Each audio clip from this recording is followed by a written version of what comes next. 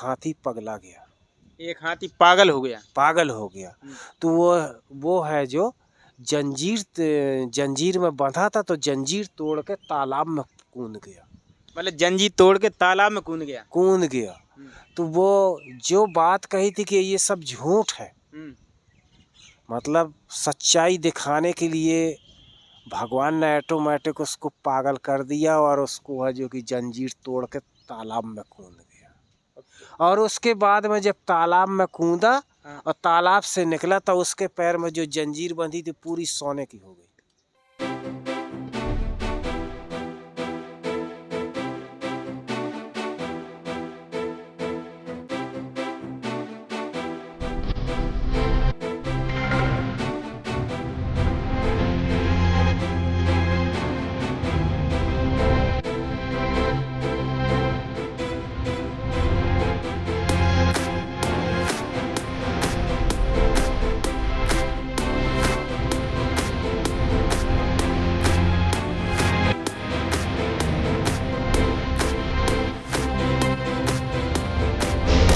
Main gate है कीरत सागर का। ये यहाँ से हमने प्रवेश करके हम यहाँ पर आए हैं। यहाँ पर प्रवेश करने के लिए मेन गेट ये है जो आप देख सकते हैं, और वहाँ से भी एक गेट है लेकिन वहाँ फ़िलहाल गेट नहीं लगे हुए हैं। यहाँ पर दिखाएं, जब हमने एंट्री ली तो गेट के जस्ट पास में ही यहाँ पर आला की बैठक है। आला की वो बैठक जहाँ कभी आला और उदल और उनकी जो सेना हुआ करती थी वो यहाँ पर सभाएं लगाया करते थे। युद्ध की जो भी रणनीति बनानी होती थी वो इस मंच के माध्यम से यहाँ पर तय की जाती थी। तो हम चलेंगे इस आला मंच के पास, इसकी जो ऐतिहासिक महत्व है वो हम वहीं पर जानेंगे। यहाँ पर सबसे पहले एक शिलालेख लगा हुआ है। इस शिलालेख में क्या लिखा है देखिए, मैं आपको पढ़ के सुनाता हूँ। कीरत सागर झील, कीरत सागर झील और कीरत सागर भी कहते हैं। लिखा है कि इस झील का निर्माण चंदेल वंश के राजा कीर्ति वर्मन द्वारा 1060 में 1100 ईस्वी के मध्य कराया गया था। लगभग 2 किलोमीटर क्षेत्र में फैला हुआ है ये कीरत सागर जो झील है, और इस पर घाट बने हुए हैं, मैं आपको दिखाऊंगा। और जब आप इस झील में नीचे उतरेंगे तो वहाँ पर घाट बने हुए हैं, जैसे कि आपने बनारस के घाट देखे होंगे, गंगा चले जाइए, गंगा घाट चले जाइए, तो वहाँ पर जिस तरीके से घाट बने हुए हैं ऐसी घाट यहाँ पर भी आपको देखने को मिलेंगे। ये जो जगह है कीरत सागर झील, एक खास ऐतिहासिक महत्व है इसका, तो मैं आपको महत्व भी बताऊँगा। उससे पहले मैं आपको ले चलता हूँ आला के मंच के पास। तो जाने के लिए तो गेट फ़िलहाल वहाँ से भी है, चलिए मैं यहाँ से मैं आपको लेके चलता हूँ।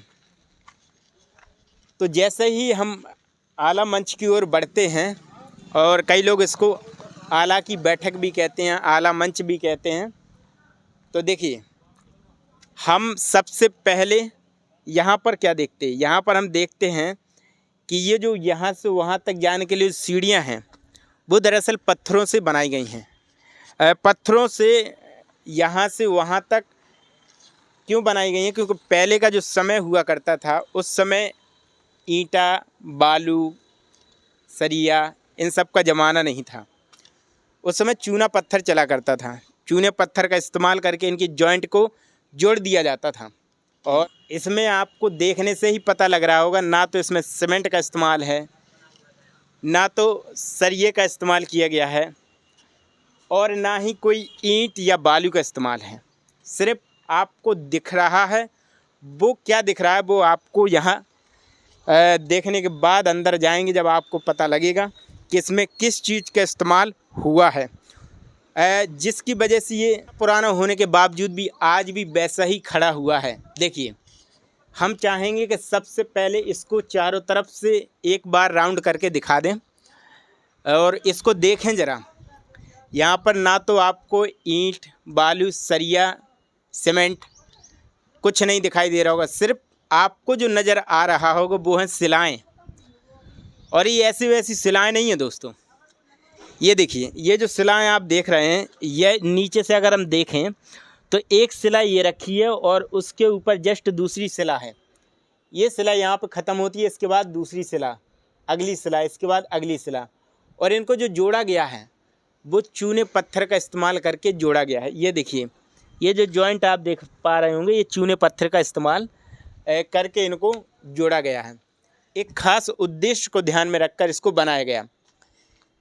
वो खास उद्देश्य ये था कि वीर आला और उदल जब युद्ध में जाना होता था तो उससे पहले एक रणनीति, युद्ध नीति बनाई जाती थी, और यहाँ पर अपनी सेना के साथ वीर आला और उदल यहाँ पर उपस्थित, आला और उदल यहाँ पर बैठा करते थे। उनकी प्रजा जो है, ये जो नीचे आप दिखा दें, नीचे उनकी प्रजा बैठा करती थी। यहाँ से आला और उदल का आदेश होता था कि भाई आज हमने क्या डिसीजन लिया है और आगे अब कैसे हमको युद्ध करना है, वो सब कुछ यहाँ से तय होता था। इसलिए इसे आला मंच के नाम से जाना जाता है। वीर आला और उदल के बारे में एक कथन और सत्य है।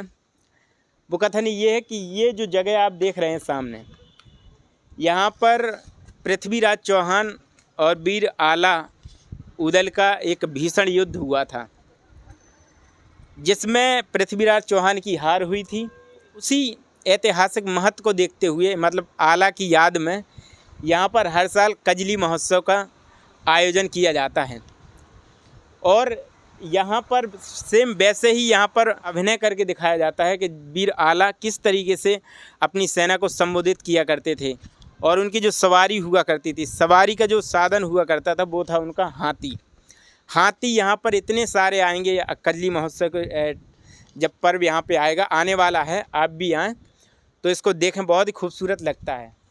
ठीक है, और ये जो झील आप देख रहे हैं, मैं इसको पास में आपको दिखाऊंगा। कीरत सागर पर ही न जाने कितनी ऐसी धरोहर हैं जो आपको नज़र आएंगी। ठीक है, अब बाकी आला और उदल के विषय में तो बहुत सारी गाथाएं हैं। यहाँ के महोबावासी आला गा कर लोगों को मतलब लोगों को सुनाते हैं उनकी वीर गाथाएं, उनकी शौर्यता, और तमाम ऐसी मतलब किस्से हैं जो आला उदल से जुड़े हुए हैं। लेकिन फ़िलहाल मैं आपको अगर कोई व्यक्ति यहाँ पे मिलता है तो मैं उनसे ज़रूर जानने का प्रयास करूँगा उनका जो युद्ध काल था वो किस तरह का रहा होगा। वो जानने के लिए हम चलते अब नीचे। यहाँ के स्थानीय लोग अगर इस विषय में बताएं तो मुझे लगता है ये काफ़ी नॉलेजेबल वीडियो बन जाएगी। वैसे तो अलग अलग गूगल पर, अलग वेबसाइट पे अगर हम सर्च करते हैं तो हर वेबसाइट एक अलग अनुभव बताती है। देखिए हमारे सामने एक दादा मुस्कुरा रहे हैं, और चलिए दादा के पास ले चलते हैं, क्योंकि दादा यहाँ के स्थानीय व्यक्ति हैं, तो यहाँ डेली उनका आना जाना रहता है, साइकिल से आते हैं आराम से। देखिए किस तरीके से छांव में बैठे हुए हैं, धूप का आनंद, धूप से बचे हुए और ठंडी हवा का आनंद उठा रहे हैं। तो दादा से हम पूछेंगे, दादा हम इस समय आपके क्षेत्र महुआ में आए। जी जी। हमने ये आला की बैठक देखी जी। लोग बताते हैं कि ये आला की बैठक है, आला उदल यहाँ पर सभाएं लगाया करते थे। जी। क्या ये बात सही है? बात सही है। अच्छा, यहाँ आला उदल की ही बैठक है, यहाँ उनकी ही सभा लगती थी यहाँ पर। अच्छा अच्छा। हाँ, यहाँ नीचे प्रजा बैठती थी। हाँ। वहाँ आला उदल ही बैठते थे। अच्छा। जो आप बोल रहे हैं, मैं यहाँ से सुन रहा हूँ, तो बिल्कुल राइट, बिल्कुल सही बोल रहे हैं। मतलब जो हमने कहा वो लगभग सही कहा। आपकी बात बिल्कुल सही, उसी बात में तो मैं मुस्कुरा रहा हूँ, क्योंकि मुझे इतना पता नहीं, मैं तो एक अनुभव के आधार पर बोल रहा हूँ। नहीं, आप बिल्कुल सही बोल रहे हैं, तो उस वजह से आपके बोलने का धन्यवाद करता हूँ, बहुत अच्छा बोलते हैं। नहीं, मैं देखा हूँ कि यहाँ कीरत सागर पर ऐसी बहुत सी धरोहर हैं। ताला सैयद की मज़ार है, और ये कीरत सागर झील है, ये आला की बैठक है, तो काफ़ी ऐसी धरोहरें हैं आपके यहाँ क्षेत्र में। बहुत अच्छी है। ये आला मंच है। बात और बताइए, यहाँ पर कहा गया कि पृथ्वीराज चौहान और आला उदल का जो युद्ध हुआ था वो जगह यही बताई जाती है, यही हुआ था। ये जगह नहीं है, ये जगह नहीं है। नहीं, वैसे मदन सागर में। मदन सागर में? हाँ। अच्छा। जहाँ है जो कि मनिया देव का स्थान, मनिया देव का स्थान। जी। अच्छा। वहाँ आप पहुँचिए। हाँ। और वहाँ देख लीजिए, आज भी वहाँ आला उदल की जब झगड़ा हुआ है, लड़ाई हुई है, तो हाथी है जो कटे भी डले हैं और पत्थर के भी हो गए हैं, जो सेना देवी की शक्ति से और पत्थर कर दी गई थी। देवी ने पत्थर बना दिया था लड़ाई में। अच्छा। लड़ाई की जब लड़ाई लड़ रहे थे तो वहाँ है जो कि वो लोग ये आला उदल की कुछ सेना है जो जैसे चाचा सैयद ये पत्थर के हो गए थे। अच्छा। हाँ, और उसके बाद फिर है उन्हें अपनी देवी को सिद्ध किया है, और उसके बाद में है जो कि देवी को जब सिद्ध कर लिया तो देवी ने फिर है जो कि उनको वरदान दिया कि आज के बाद में है तुम आप कभी कभी हारोगे नहीं, तुम्हारी ही जीत होगी। तो फिर दोबारा लड़ाई हुई है, तो फिर उन्हें आला उदल देवी ने उनके ऊपर अमृत कंछा है। उसके बाद में है जो ये जब सब हाथी घोड़ा सब सहमत हो गए, मतलब सब जिंदा हो गए, और उसके बाद चाचा सैयद भी वो भी जिंदा हो गए, तो ले तलवार उठाकर फिर दौड़ पड़े, फिर मारधाड़ होने लगे। फिर पृथ्वीराज को यहाँ से खरीद के यहाँ से यार देखे दिल्ली तक खरीदा हो। दिल्ली तक? हाँ, जो यहाँ से है जो कि ये कौन सी नदी पड़ती है हमीरपुर के पास में, बेतवा। हाँ, बेतवा नदी। बेतवा नदी। फिर यहाँ से जंग बेतवा पर हुआ है। अच्छा। पृथ्वीराज चौहान से यहाँ से भागा, यहाँ से खरीदा, तो वहाँ यहाँ झगड़ा हुआ, तो जब यहाँ से हार मान ली तो इनने खरीदा तो वहाँ पहुँचा, फिर वहाँ जंग हुआ, फिर वहाँ लड़ाई हुई वो बेतवा नदी पर। अच्छा। फिर वहाँ से खरीदा तो दिल्ली तक खरीदा उनको। फिर दिल्ली से कभी वापसी नहीं हुई फिर यहाँ? फिर वापसी नहीं हुई। अच्छा। नहीं। हाँ है, जिस दिन कजली मेला होता है वहाँ आला उदल की सवारी जरूर यहाँ आती है। ये लोगों को आभास हो जाता है? आभास सही है। हाँ, मतलब ये कजली महोत्सव जब लगता है तो दोस्तों आला और उदल का ये आभास हो जाता है यहाँ महोबा वासियों को कि आला और उदल आ चुके हैं। नहीं आते हैं, आ नहीं चुके हैं, आते हैं। हाँ। आते हैं, ये पक्का है।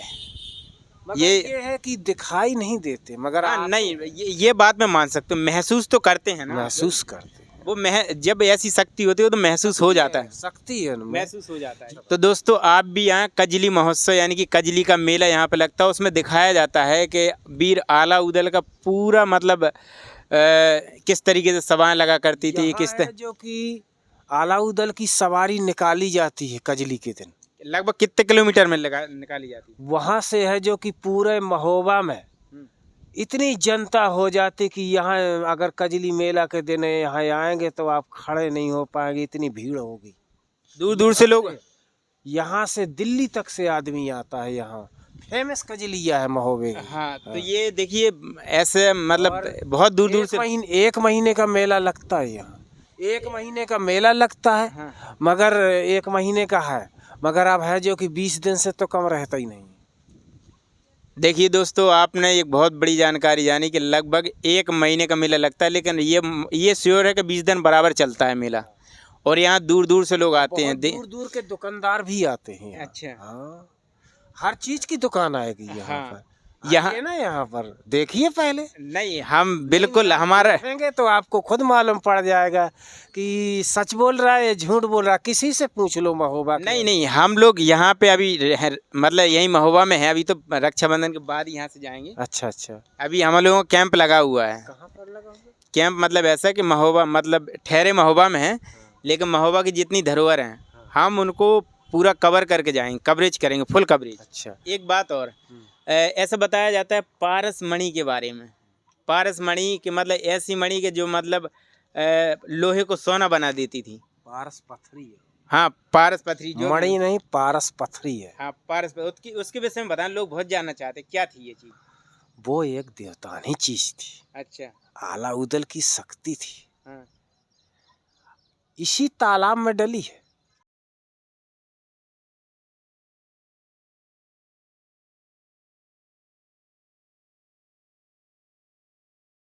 तो ये वो तालाब है जिसमें क्या बताया आपने, पारस पत्थर, पारस पथरी, पारस पथरी, पारस पथरी है महोबे की। अच्छा। पारस जो छुअ सन हुई जाए। अच्छा। मतलब पारस पथरी ऐसी थी कि उसको है जो कि अगर लोहा में अगर छुप गई, टच हो गई तो वो सोना हो जाएगा। सोना तो एक बार क्या हुआ कि यहाँ की परीक्षा ली गई। परीक्षा ली गई। हाँ, एक बड़ा कोई अधिकारी आया, देखिए आया था जला अधिकारी बन के यहाँ का डीएम। हाँ। तो उसने कहा अरे सब ये सब ऐसा ही है, ये कोई बात सच नहीं है, ऐसी कहाँ है शक्ति, ऐसे तो हो ही नहीं सकता। फिर? तो इस तालाब अब है जो कि काफी पुर गया, जो कि एक हाथी पगला, उस समय गहरा भी था, एक हाथी पागल हो गया, और पागल हो गया, भरा भी था। तो वो है जो बरसात जंजीर, तो कजली के दिन में बंधा था, तो जंजीर तोड़ के तालाब में कूद गया। मतलब जंजीर तोड़ के तालाब में कूद गया। तो वो जो बात कही थी कि ये सब झूठ है, मतलब सच्चाई दिखाने के लिए भगवान ने ऑटोमेटिक उसको पागल कर दिया और उसको है जो कि जंजीर तोड़ के तालाब में कूद गया। और उसके बाद में जब तालाब में कूदा और तालाब से निकला तो उसके पैर में जो जंजीर बंधी थी पूरी सोने की हो गई। सोने की हो गई। तो लगभग कितनी पुरानी बात है? लगभग में ये है जो कि कम से कम है जो कि 100 साल पहले की बात है। 100 साल पहले की बात है। तो देखिए दोस्तों, मतलब जो बात हमने 1000 वर्ष हो चुके हैं। 1000 वर्ष हो चुके हैं। हाँ। तो देखिए जो बात हमने सुनी थी पारस पथरी के विषय में, तो वो बात एकदम सही है। ठीक है, जो बात मतलब हम अक्सर सुनते थे, लेकिन ये बात एकदम सही है। वही अधिकारी जो जला अधिकारी था यहाँ का, उसने देखा, फिर उसने विश्वास किया कि नहीं बात सच है। मैं सॉरी किया, फिर यार ये गलत बोल गया। हाँ, फिर उसने क्षमा मांगी, नहीं बोलना चाहिए, मैं क्षमा मांगी। तो जो है जो सब सच है यहाँ पर, तो आप लोगों को जानकारी है, जो सुनते हैं ये सब सच है, ये सब सच है जी। बहुत बहुत धन्यवाद हमारे इस चैनल के परिवार की तरफ से, आपने इतनी जानकारी दी, बहुत बहुत धन्यवाद आपका।